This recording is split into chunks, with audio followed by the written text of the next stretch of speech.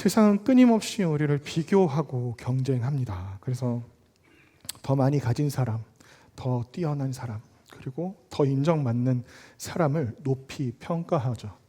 그 사람을 통해서 사실 우리가 바라봤을 때 상대적인 박탈감도 느끼고 또 우월감도 가지는 사람들도 있을 거고 또 열등감에 빠지는 사람들도 있습니다.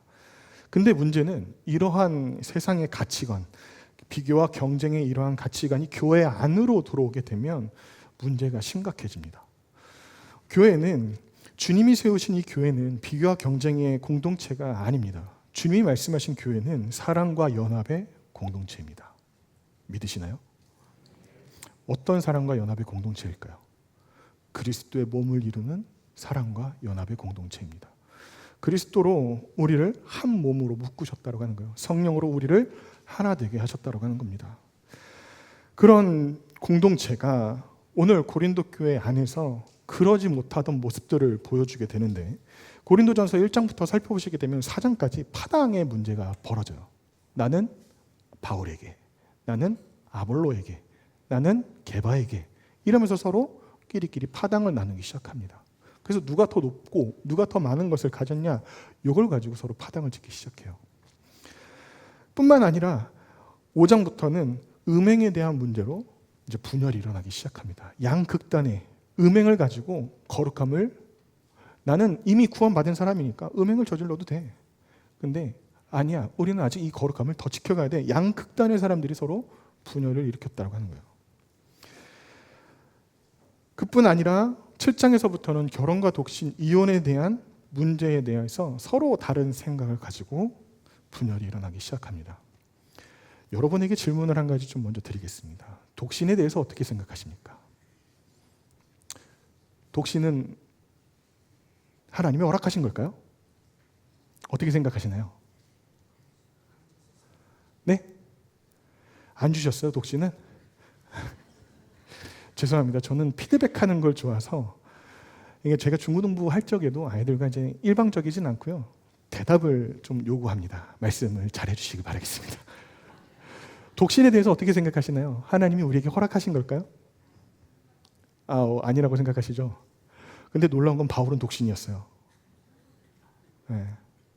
어떤 학자는 바울이 결혼을 했다가 이혼도 했다는 뭐 이런 사람들도 있고 근데 뭐 이건 다 이제 학자들만의 견해고 이야기인데 바울도 본인의 독신에 대해서 인정을 합니다. 그리고 이 독신에 대해서도 이야기를 하고 권면을 하는 게 뭘 이야기하냐면 중심이에요. 마음의 중심.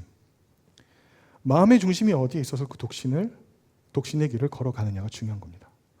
예를 들어서 독신의 길을 걸어가는데 그냥 나의 유익과 나의 만족을 위해서 그냥 나 편하자고 독신의 길을 걸어가는 거라면 바울은 그거에 대해서 거절합니다.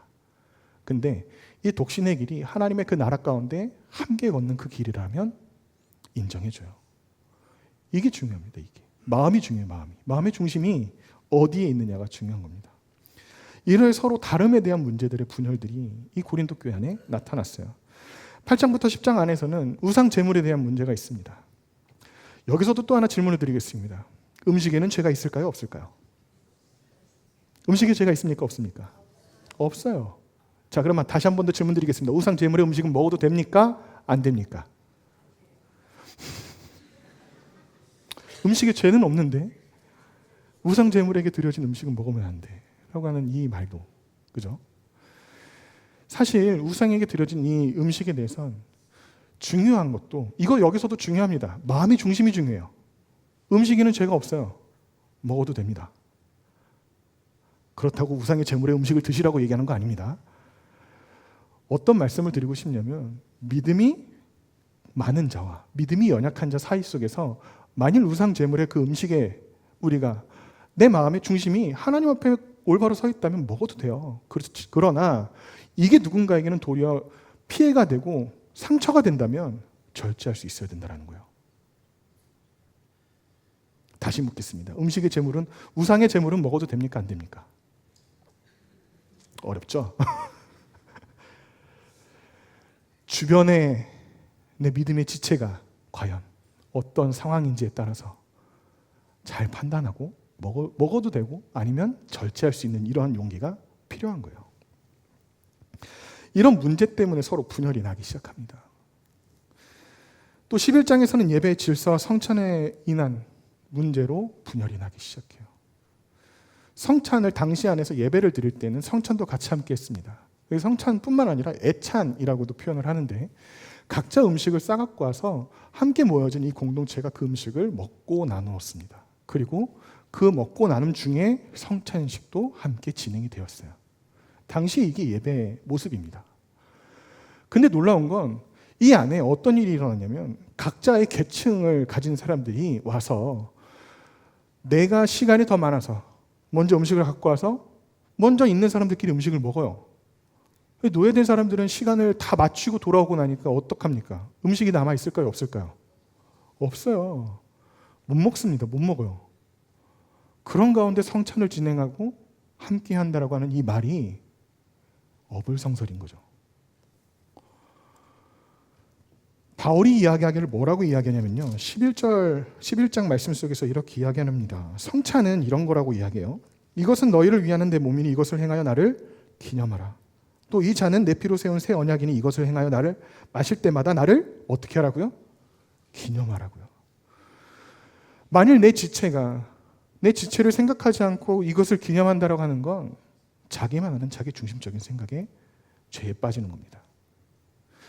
그래서 이것에 대해서 성찬에 대해서도 뭐라고 이야기하냐면 이렇게 이야기를 해요. 27절부터 읽어드리겠습니다. 그러므로 누구든지 주의 떡이나 잔을 합당하지 않게 먹고 마시는 자는 주의 몸과 피에 대하여 죄를 짓는 것이다 이야기하고 있어요. 그리고 또 주의 몸을 분별하지 못하고 사람이 자기를 살피고 그 후에야 그 떡을 먹고 그 잔을 마실 건데 주의 몸을 분별하지 못하고 먹고 마시는 자는 자기의 죄를 먹고 마시는 것이다 이야기합니다. 이게 뭘 얘기하냐면요. 예수님이 우리를 위해서 십자가에 죽으셨는데 그것을 다시 한 번도 못 박는다라고 하는 거예요. 내 형제자매도 기다려주지도 못하고 함께 나누는 그 애찬의 자리 속에서 그저 내가 먼저 배가 고프니까 내가 먼저 밥을 먹고 내 유익을 내 배만 불리우는 그런 공동체가 아니라 기다려주고 함께 그 공동체 안에서 하나님의 그 은혜를 누리고 먹고 마시는 그 자리가 될 수 있도록 바울은 권면하고 이야기한 겁니다. 근데 이런 문제로 인해서 서로 분열이 난 거예요. 그리고 그뿐 아니라 오늘 12장에 넘어와서는 은사에 대해서 이야기를 하는데 이 은사마저도 사실 엄청난 분열을 일으키고 분쟁을 나타내고 있어요.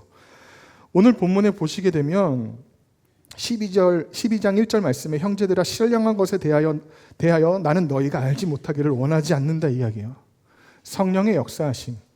성령께서 우리 안에 함께 하셔서 하나님이 하시는 그 일들, 우리에게 맡겨주신 그 은사의 사역들에 있어서 너희가 잘못 알기를 원치 않는다고 이야기를 합니다.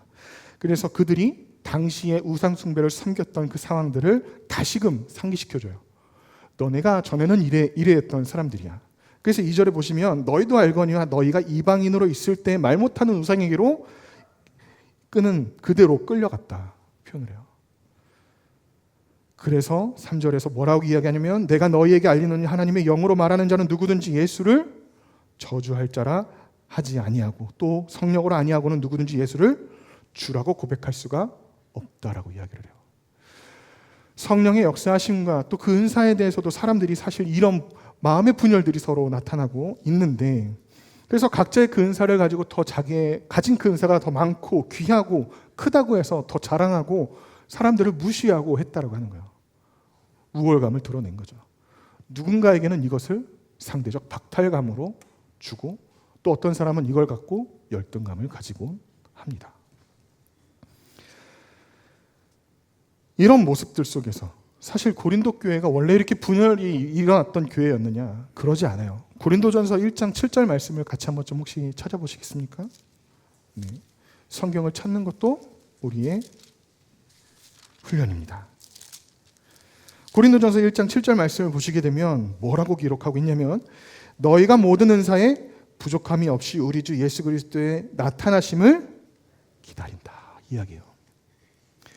고린도 교회는 모든 은사로서 풍성한 교회가 바로 고린도 교회였습니다. 근데 그 은사가 교회를 세우는 것에 초점이 맞춰진 게 아니라 이 은사를 가지고 서로 비교하고 이 은사를 가지고 서로 경쟁하는 도구가 돼서 분열을 조장했다라고 하는 겁니다.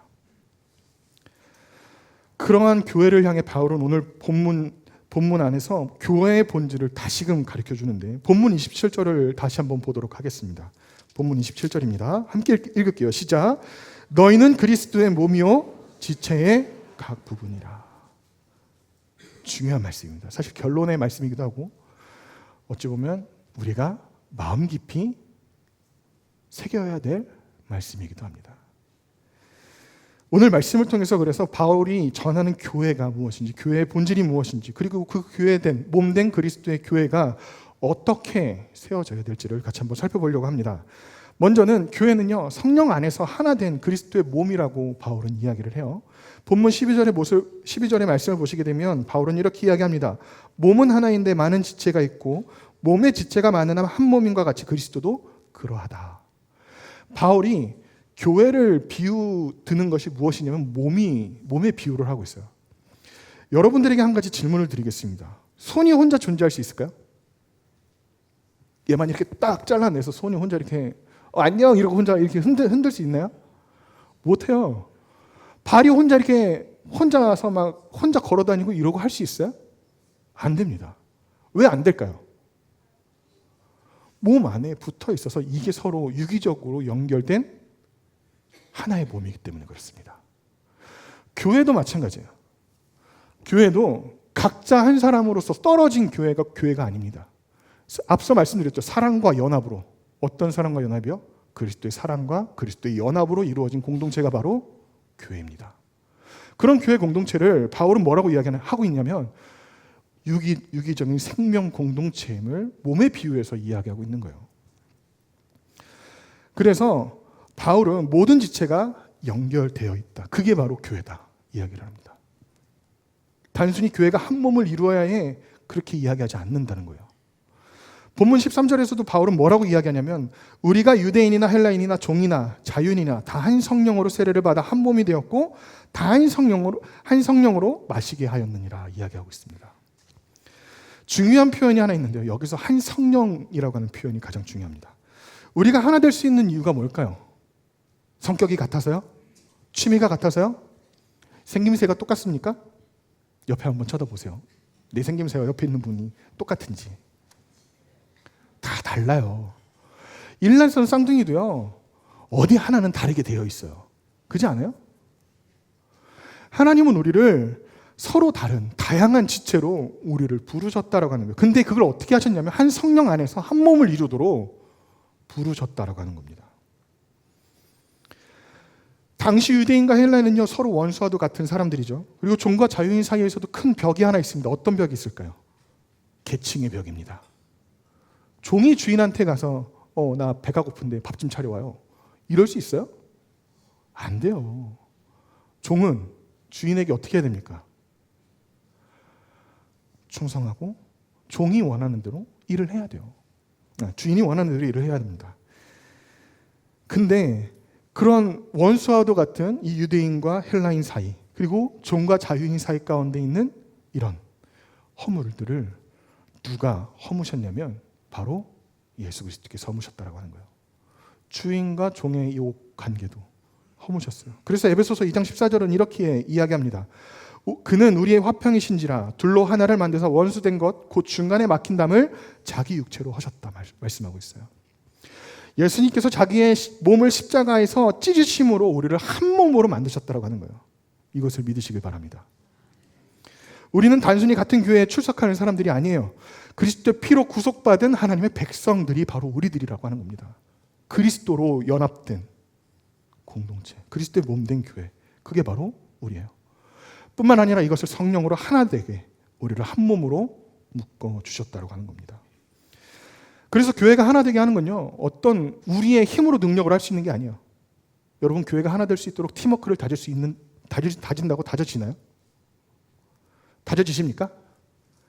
제가 중고등부 사역을 하면서도 제가 느끼지만 이 중고등부 안에서도 단합이 안 돼요. 단합이 안 돼요. 안 될 수밖에 없어요. 왜요?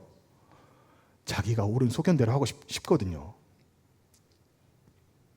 근데 이것을 하나로 묶게 하시는 건 뭐냐면 성령께서 우리를 하나로 묶어내셨기 때문에 그것 때문에 가능하다라고 하는 거예요.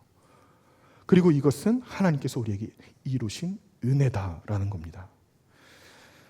하나님께서 우리를 하나 되게 하셔서 하나님의 그 이루신 은혜로 말미암아 우리가 그리스도의 한 몸을 이루게 됐는데, 근데 놀라운 건 하나님께서 그 각 지체를 그의 뜻대로 두셨다라고 하는 거예요.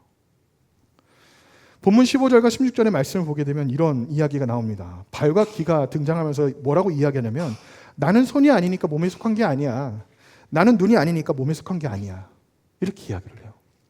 근데 이와 같이 이야기하는 건 어떤 걸 이야기하냐면, 발이 손이 되지 못한 그 부분에 대해서 열등감을 가지고 있는 겁니다.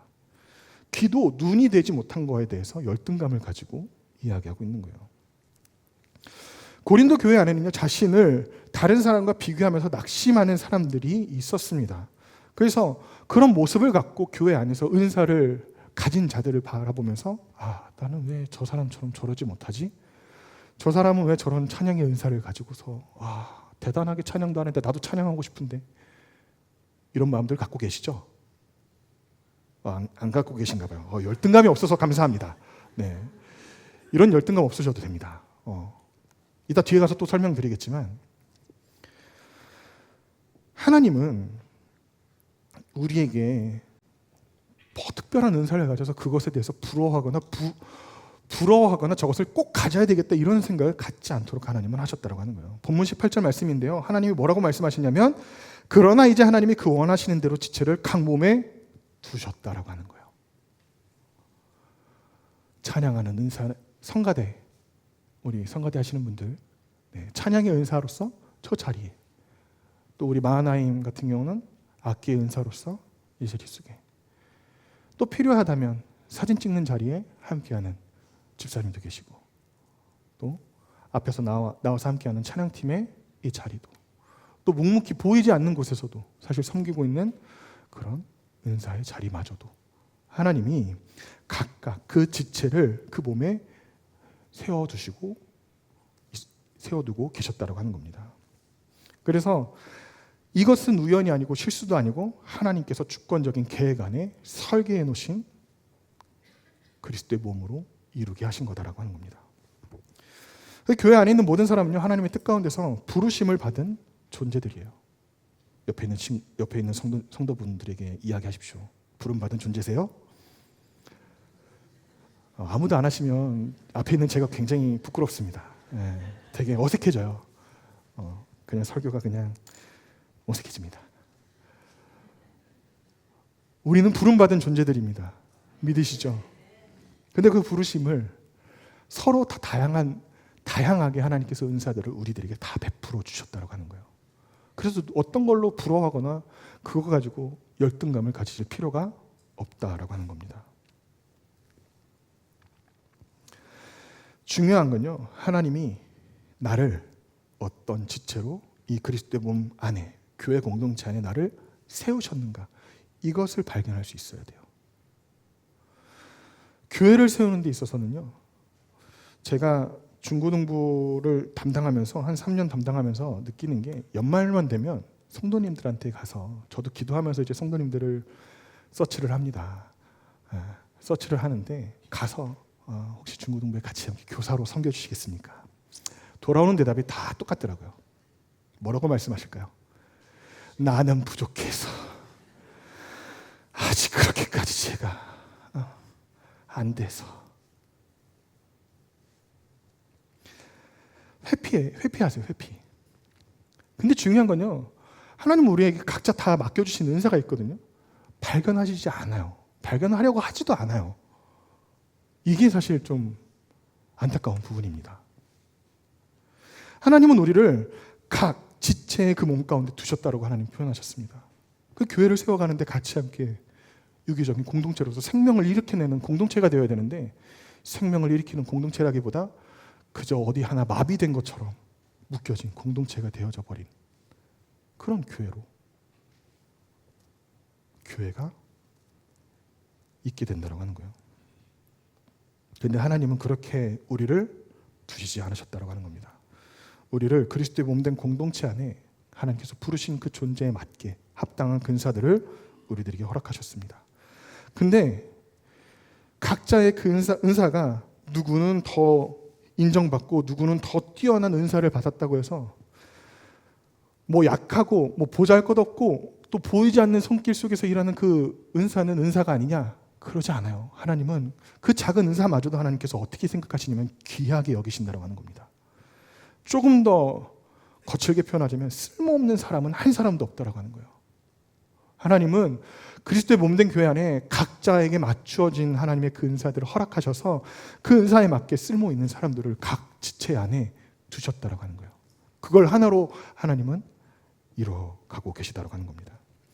오늘 본문 21절을 보시게 되면요, 눈이 손더러 이렇게 이야기합니다. 나는 너를 쓸데없다 하거나 또한 머리가 발더러 너는 내가 너를 쓸데없다 하지 못한다, 이렇게 이야기를 해요. 이게 어떤 이야기냐면 나는 손이니까 이제 다른 건 다 필요 없어. 나만 있으면 돼. 내가 교회 다 이끌어갈게. 여러분, 교회는 한 사람으로 이끌어갈 수 있는 게 교회인가요? 아닙니다. 우리를 왜 공동체로 부르셨는데요? 우리를 왜 하나 되게 하셨는데요? 교회가 서로 함께 유기적으로 생명을 일으켜낼 수 있는 공동체로서 우리를 부르신 것입니다. 이것을 기억하셔야 돼요. 교회라고 하는 건 그런 생명을 역동적으로 일으키는 교회가 교회입니다. 그리고 22절에 보게 되면 바울이 뭐라고 이야기하냐면요, 더 약하게 보이는 몸의 지체가 도리어 요긴하다 표현하고 있어요. 세상은요, 눈에 보이는 화려한 것, 그리고 눈에 가지고 있는 많은 것을 중요하게 여기고 대우합니다. 만일 가지지 못하고 화려하지 않는 그런 사람들을 보게 되면 어떻게 해요? 무시하죠. 저 역시도 친구들과 함께 있으면서 친구들 안에서 그런 일들을 혹시 경험해 보셨는지 모르겠는데, 혹시 무시라는 걸 당해 보셨나요? 네. 네. 어떤 친구들은 온 몸을 되게 뭔가 막 브랜드로서 다 치장하고서 나 이런 사람, 이런 애야 이러면서 이제 뽐내는 친구가 있어요. 근데 그와 반대로 그러지 못한 친구가 그 자리 가운데 같이 함께 있으면 무시합니다. 우리 공동체 안에 미안해, 넌 못 들어와 이러고 얘기한다고요. 근데 교회는요, 하나님은요, 화려하지 않고 많이 가지지 않아도, 눈에 보이지 않아도 우리에 있는 그대로 귀하게 여기신다고 하는 겁니다. 우리에게 맡겨주신 그 작은 은사마저도 하나님께서 귀하게 여기신다고 하는 겁니다. 그래서 특별히 24절과 25절의 말씀을 보시게 되면 이렇게 이야기합니다. 오직 하나님의 몸을 고르게 하여 부족한 자에게 귀중함을 더하셨다 표현합니다. 그리고 그 몸 가운데서 분쟁이 없도록 하나님께서 하셨다고 말씀하고 있어요. 약한 지체를 하나님께서 세우시고 부족한 지체를 존귀하게 여기시고 소외된 지체를 품으셔서 교회를 하나 되게 하셨다라고 하는 거예요. 우리 주변에, 내 목장 주변에도 믿음이 연약한 지체가 분명히 있으실 겁니다.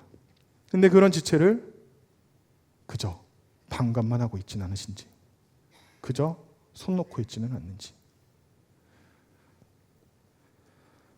우리는 하나님이 우리를 왜 불러주셨는지, 이 교회가 어떻게 자라가야 되는지를 기억하셔야 됩니다. 소외된 지체를, 부족한 지체를, 연약한 지체를 하나님은 품으셔서 교회로 우리를 세워 가신다고 하는 거예요. 이것이 하나님의 설계입니다. 이것이 하나님이 우리 가운데 정하신 하나님의 몸된 교회를 이루게 하신 목적이에요. 그래서 교회 안에는 모든 지체가 귀합니다. 우리 옆에 계신 분들과 인사하겠습니다. 귀하신 분이십니다. 네, 정말 귀하세요. 여러분 한 분 한 분이 다 귀하십니다.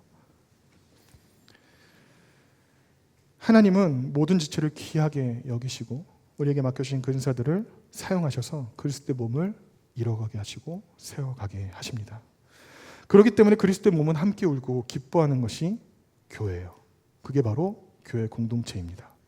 본문 25절과 26절의 말씀인데요, 같이 한번 읽어보도록 하겠습니다. 함께 읽겠습니다. 몸 가운데서 분쟁이 없고 오직 여러 지체가 서로 같이 돌보게 하셨느니라.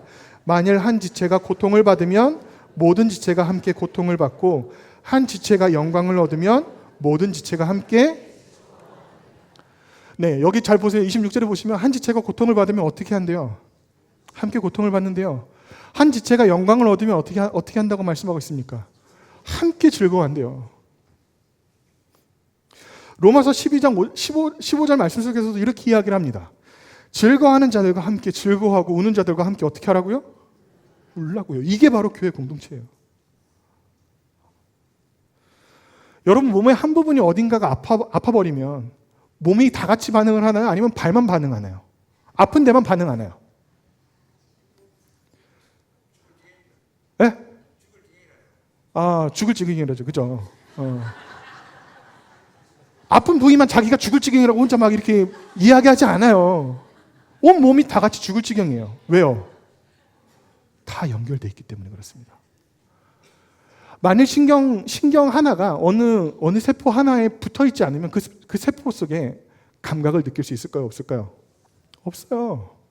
교회 공동체도 마찬가지입니다. 우리가 한 지체를 관심 있게 바라보고 한 지체를 그리스도의 사랑으로 바라본다면 그 지체가 아파하는 걸 같이 아파하게 돼요. 그 지체가 기뻐하는 일에 있어서 같이 함께 기뻐할 수 있습니다. 근데 그 관심과 사랑이 없다면 어떻게 될까요? 아무 감각이 없어요. 아프든 말든 즐겁든 말든 기쁘든 말든 나만 중요해 이런다고요. 근데 교회의 모습은 그런 모습이 아니라는 겁니다.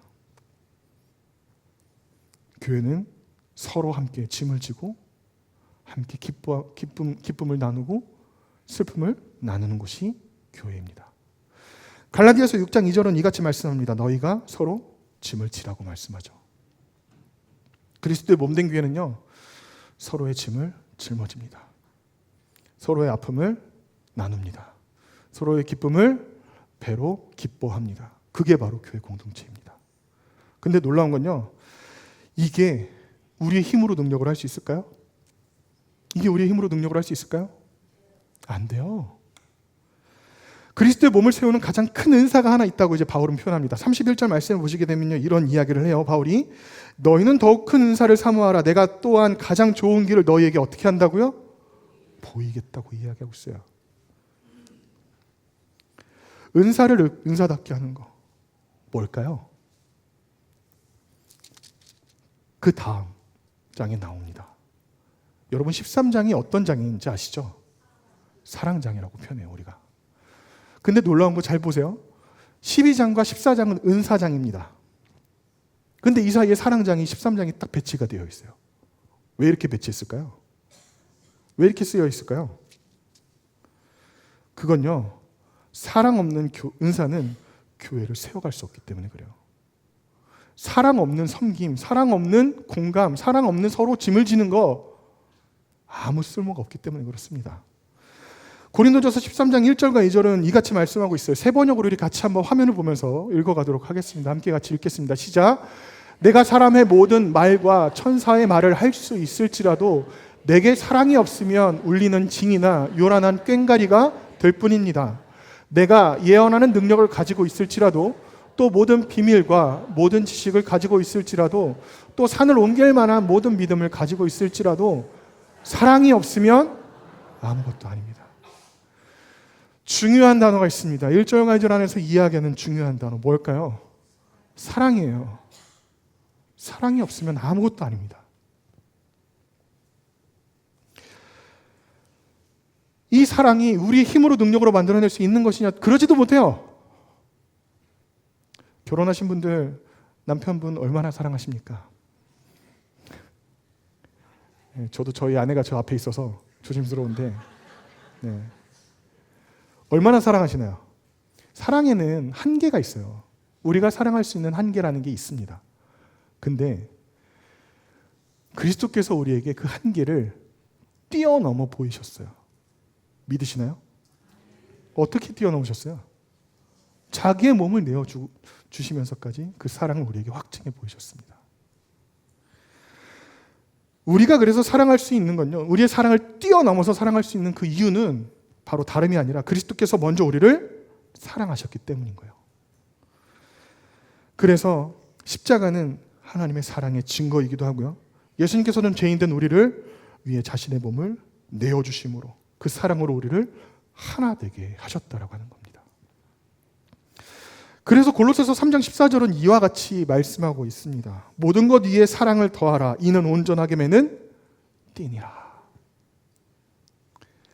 사랑은요, 교회를 세워가고 은사를 은사답게 만드는 것이 사랑입니다. 근데 이 사랑은 우리의 힘으로 되는 게 아니라 어떻게 된다고요? 그리스도께서 먼저 우리를 사랑하신 그 사랑으로 말미암아 가능하다라고 하는 겁니다. 그렇기 때문에 사랑은요, 그리스도의 몸을 세우는 가장 큰 은사임을 바울은 이야기합니다. 말씀을 맺겠습니다. 우리는 서로 다르죠. 다양한 지체들이 함께 모여있는 이 공간 안에 함께 예배하고 있습니다. 우리를 하나 되게 한 건 성령께서 우리를 하나 되게 하고 계심을 기억하시길 바랍니다. 그리고 우리는 서로 다른 은사를 가졌다라고 하는 사실 또한 기억하시길 바랍니다. 우리가 같은 은사를 가졌다라고 한다면 교회는 누가 어떻게 이뤄갈 수 있겠어요? 만일 찬양하는 사람이 다 같은 은사를, 찬양의 은사를 여기 다 가졌다고 생각해 보십시오. 그럼 반주하는 사람은, 또 교회 안에서 보이지 않도록 세가족으로 안내로 봉사하시는 분들은요, 없어요. 만일 그게 한 몸을, 같은 은사를 가진 그게 한 몸을 이루고 있다고 한다면 그건 공동체가 아닙니다. 공동체일 수도 있긴 하지만 주님이 원하시는 공동체는 아니에요. 우리를 서로 다양한 지체로 부르셔서 하나님께서 부르심에 그 합당한 그 은사들을 우리 모두에게 허락해 주셨습니다. 맡겨주신 그 은사들을 발견해낼 수 있는 저와 여러분들이 되길 바랍니다. 주차 봉사로, 아니면 이제 차량 봉사로, 때로는 안내로, 또 보이지 않게 식당에서 묵묵히 감당해내는 그런 봉사의 손길도, 또 보이지 않도록 밤마다 와서 기도하시는 그 기도의 은사도 우리 모두에게 하나님은 각자 필요하게 주셨습니다. 이것을 발견해서 그리스도의 몸된 교회를 아름답게 세워갈 수 있는 저와 여러분들이 되길 바랍니다. 그래서 서로를 존중하십시오. 우리 옆에 있는 분들과 인사합시다. 서로 존중하세요. 한 번 더 말씀하겠습니다. 서로 사랑하세요. 서로 섬깁시다. 네. 그리스도께서 우리를 사랑하신 것처럼 서로 사랑으로 하나가 되어져 가는 우리 제일소망 교회 공동체가 되길 바랍니다. 에베소서 4장 3절은 이렇게 말씀을 합니다. 평안에 매는 줄로 성령이 하나 되게 하신 것을 어떻게 하라고요? 힘써 지키라고요. 힘써 지켜갈 수 있는 저 여러분들이 되길 바랍니다. 그래서 그리스도의 몸된 교회로서 깨어진 세상 가운데 하나님의 나라를 드러내고 하나님의 그 영광을 드러내며 함께 하나 된 공동체로 든든히 서갈 수 있는 저와 여러분들이 되시기를 주님의 이름으로 소원합니다. 기도하겠습니다.